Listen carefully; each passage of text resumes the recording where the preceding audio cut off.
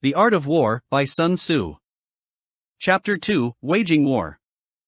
Sun Tzu said, in the operations of war, where there are in the field 1,000 swift chariots, as many heavy chariots, and 100,000 mail-clad soldiers, with provisions enough to carry them 1,000 li, the expenditure at home and at the front, including entertainment of guests, small items such as glue and paint, and some spent on chariots and armor, will reach the total of 1,000 ounces of silver per day. Such is the cost of raising an army of 100,000 men. When you engage in actual fighting, if victory is long in coming, then men's weapons will grow dull and their ardor will be dampened. If you lay siege to a town, you will exhaust your strength. Again, if the campaign is protracted, the resources of the state will not be equal to the strain. Now, when your weapons are dulled, your ardor dampened, your strength exhausted, and your treasure spent, other chieftains will spring up to take advantage of your extremity. Then no man, however wise, will be able to avert the consequences that must ensue.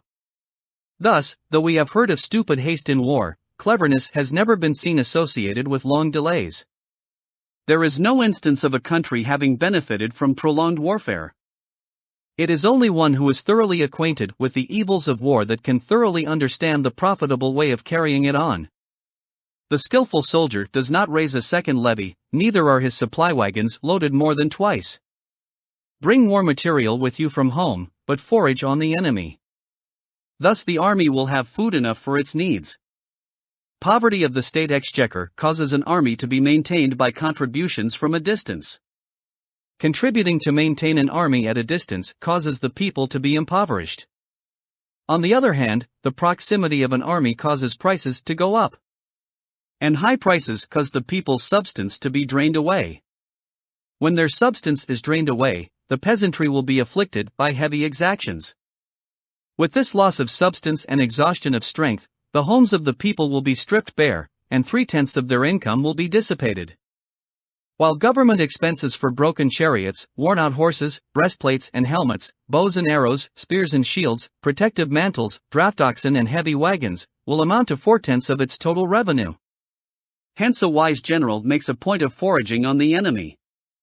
1 cartload of the enemy's provisions is equivalent to 20 of one's own, and likewise a single pickle of his provender is equivalent to 20 from one's own store. Now in order to kill the enemy, our men must be roused to anger.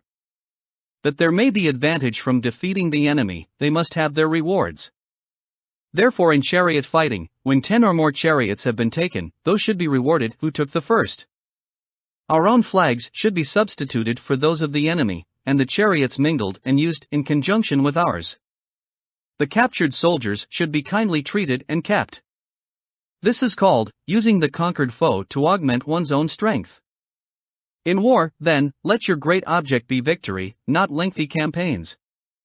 Thus it may be known that the leader of armies is the arbiter of the people's fate, the man on whom it depends whether the nation shall be in peace or in peril.